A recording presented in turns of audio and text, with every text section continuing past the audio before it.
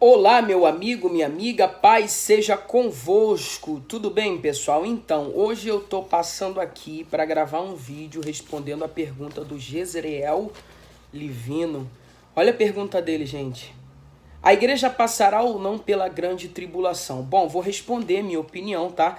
Na minha opinião, a igreja não vai passar pela grande tribulação, porque, biblicamente falando, a grande tribulação é um período pelo qual Deus vai derramar a sua ira sobre a face da terra.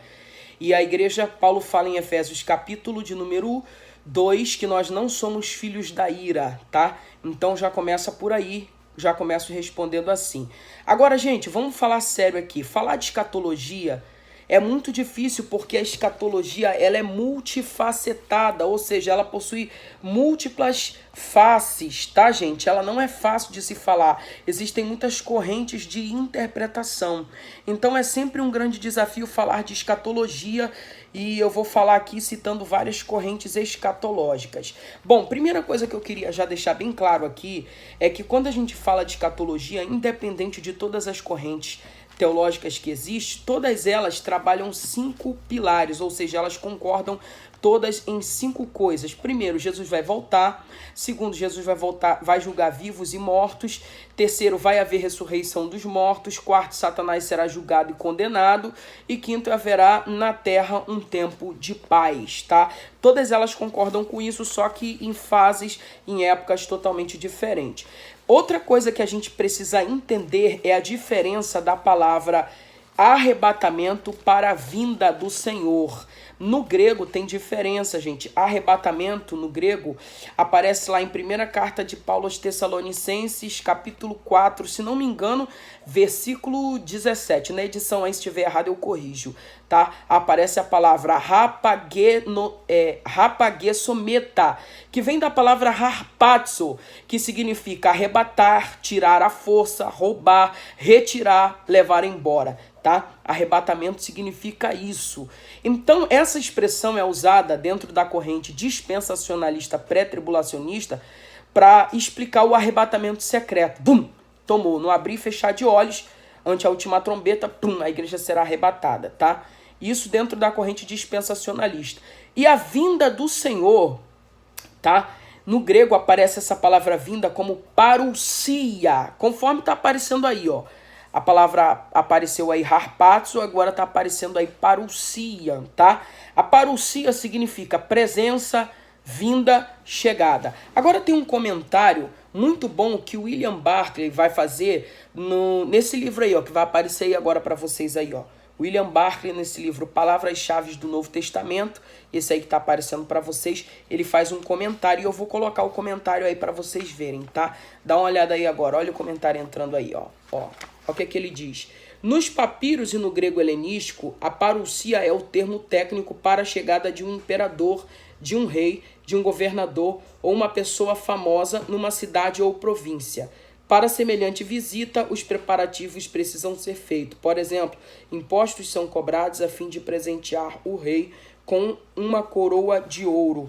Então, essa palavra parousia, ela significa chegada, vinda ou presença. Mas ela também tem esse significado aí de chegada de uma pessoa muito importante. A iminência de um rei, de um imperador, de alguém que chega para reinar, tá bom, gente? Tá aí, então a obra, tô indicando aí a fonte, tá? Adquiram, vale muito a pena. Então essas duas coisas são muito importantes. Agora eu vou falar sobre as visões escatológicas e o que cada uma delas prega. Primeiro, a pré-tribulacionista, que a gente da Assembleia de Deus segue, que é dispensacionalista. Essa linha, para quem não sabe, ela é a mais recente, a mais nova. Ela nasce no século XIX através de um homem chamado John Nelson Darby e depois ela é muito difundida através de Scofield, na Bíblia de Scofield, tá, gente? Essa teologia, ou escatologia tribulacionista, ela distingue a igreja de Israel, ou seja, os judeus rejeitaram Jesus e eles terão que aguardar o período do tempo dos gentios, ou seja, Deus tem um plano para Israel e Deus tem um plano para a sua igreja. Essa corrente também dispensacionalista, ela divide a história em dispensações e alianças, em 7 períodos. Primeiro, o da inocência. Segundo, o da consciência. Terceiro, do governo humano. Quarto, governo patriarcal. Quinto, a lei, período da lei. Sexto, o período da graça e, por fim, o período do milênio, tá? São as chamadas dispensações e aliança. Depois você pesquisa, porque eu não vou ter tempo de explicar tudo detalhadamente. Enfim, essa escatologia dispensacionalista, que é a que a gente segue na Assembleia de Deus, ela diz que nós já estamos vivendo o princípio das dores e que há uma iminente volta de Jesus. O que é iminente? Pode ser a qualquer hora e a qualquer momento. Jesus vai arrebatar a sua igreja. Aquela palavra ali, harpazo, um rapto. Rapidamente vai a igreja ser tomada, tá? E depois que a igreja for arrebatada, vai dar-se um início a um período na história chamado Grande Tribulação, que dentro dessa corrente vai durar 7 anos. Respondendo a pergunta do Jezreel aí, a igreja não passará pela Grande Tribulação, porque enquanto os 7 anos da Grande Tribulação estiverem acontecendo na terra, a igreja estará no céu, nas bodas do Cordeiro, tá? Por 7 anos. Acabados os 7 anos, o anticristo vai reunir 10 reinos, 10 nações para destruir Israel, e Jesus vai voltar para socorrer Israel na chamada parousia, vinda visível, presença, chegada do Senhor Jesus em glória. Ele vem na batalha do Armagedon, pisa no Monte das Oliveiras, o Monte das Oliveiras vai se fender em 2 partes, ele vai vencer o anticristo, o falso profeta, eles vão inaugurar o lago de fogo, vão ser lançados vivos, anticristo, falso profeta no lago de fogo, haverá ali o julgamento das nações, que não é o juízo final, e dar-se início ao reino milenar de Cristo. Dentro dessa linha escatológica, Cristo vai reinar por 1000 anos, e depois de 1000 anos, Satanás vai ser preso durante esses 1000 anos, e depois desses 1000 anos, Satanás será solto ainda por um pouco tempo. Isso está tudo no Apocalipse, tá, gente? E depois vai acontecer a batalha do Gog e Magog e ele será preso para toda a eternidade. Vale lembrar que Gog e Magog de Ezequiel é diferente de Gog e Magog de Apocalipse. Não dá tempo de eu explicar, só estou dando uma visão panorâmica bem rápida. E por fim haverá o juízo final, tá, gente? O juízo final. Quem tá salvo, e quem não tá salvo vai pro lago de fogo queimar por toda a eternidade. Essa é a linha pré-tribulacionista. Só que tem a mesotribulacionista, gente. Olha que coisa. A mesotribulacionista, ela trabalha a ideia de que a igreja será arrebatada no meio da grande tribulação. 7 anos, metade é 3 anos e meio. Então, em 3 anos e meio, Jesus volta. Dentro dessa linha que Jesus arrebata a igreja na metade da grande tribulação, olha aí, Jezreel, o anticristo será revelado antes do arrebatamento, tá? Antes de acontecer o arrebatamento, nos primeiros 3 anos e meio, a igreja, dentro dessa linha mesotribulacionista, ela vai conhecer o anticristo, e no meio da metade da grande tribulação, né, a igreja será arrebatada. E essa linha, ela nega a doutrina da iminência, que Jesus pode voltar a qualquer momento, qualquer hora. Ela nega essa linha porque se Jesus vai voltar na metade da grande tribulação, obviamente eles já vão saber que vai estar na metade e que Jesus já vai estar voltando, tá? Então ela nega essa linha da iminência. Aí vem a pós-tribulacionista, que após visão pós-tribulacionista, então falei da pré, falei da meso e falo da pós. A pós-tribulacionista, o arrebatamento e vinda do Senhor para eles é o mesmo evento, não tem diferença de arrebatamento secreto, 7 anos de grande tribulação e depois volta para parousia. Não, para eles é a mesma coisa. Em outras palavras, dentro dessa corrente escatológica, a igreja vai passar pelo período da grande tribulação.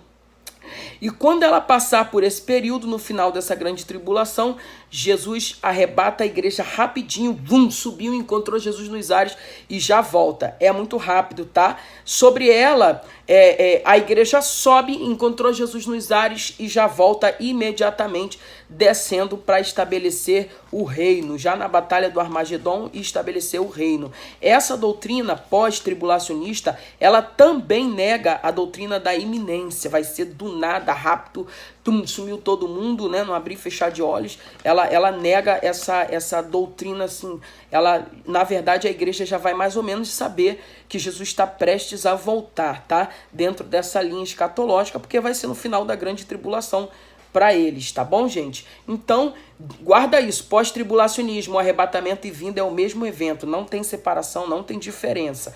como no pré-tribulacionismo. E também no mesotribulacionismo, que é no meio, tá? Aí vem a doutrina amilenista, muito seguida pelos presbiterianos e batista. Amilenista, esse prefixo a, né, de milenismo, ele nega a existência literal de um milênio. Para eles não vai haver um reino de 1000 anos de Jesus na Terra. Eles negam essa doutrina, tá, lá de Apocalipse. Mas não está em Apocalipse, tá, Eliade? Mas para eles isso não é literal, é simbólico e é espiritual e não físico, tá bom, gente? Guarda bem isso. O amilenismo nega a doutrina de que Cristo vai reinar por 1000 anos. Para ele, tá na Bíblia, mas é simbólico, não é literal, e é espiritual e não é físico. Para eles, o milênio já começou e corresponde à era atual, ao tempo presente, dentro da visão escatológica dos amilenistas. Dentro ainda dessa corrente escatológica, Cristo, depois da ressurreição, já começou a reinar e a igreja já está debaixo desse reino espiritual. Bom, gente, eu tenho que falar isso para vocês. Todas as correntes escatológicas têm os seus pontos fortes, mas também têm os seus pontos fracos, que eu discordo totalmente, tá? Sobre esse ponto aqui, que o reino de Deus já está entre nós, eu concordo. Só que discordo deles porque eles acham que a gente já está vivendo esse milênio. E eu não concordo com isso, mas concordo que o reino de Deus já está entre nós. Jesus falou, o reino de Deus já está entre vós e dentro de vós. Está na Bíblia isso. Tá, inclusive no original, tá, gente? Então, eu creio que nós já estamos debaixo de uma cultura do reino, mas que o reino visível e físico ainda não foi implantado, mas será implantado, tá bom, gente? Então, eles negam, depois que Cristo ressuscitou, já começamos a viver esse reino espiritual, reino milenar, e eu discordo disso, tá? Estamos debaixo da cultura do reino, já estamos vivendo o reino de Deus, que começa pequeno, se torna grande, invisível e vai se tornar visível, que é de dentro para fora, mas não concordo que já estamos vivendo o milênio, não, aí eu discordo, tá? Os amilenistas acreditam que, mais respeito, os amilenistas acreditam que após o final da era da igreja, ou seja, do tempo dos gentios, Cristo vai retornar no juízo final e estabelecerá o reino, não milenar, mas o reino que não terá fim. É o chamado novo céu e nova terra. Nós vamos reinar para sempre com o Senhor. Vale lembrar que dentro dessa doutrina o reino não é ascendente, não é o reino que sobe, o reino é descendente, é o reino que desce.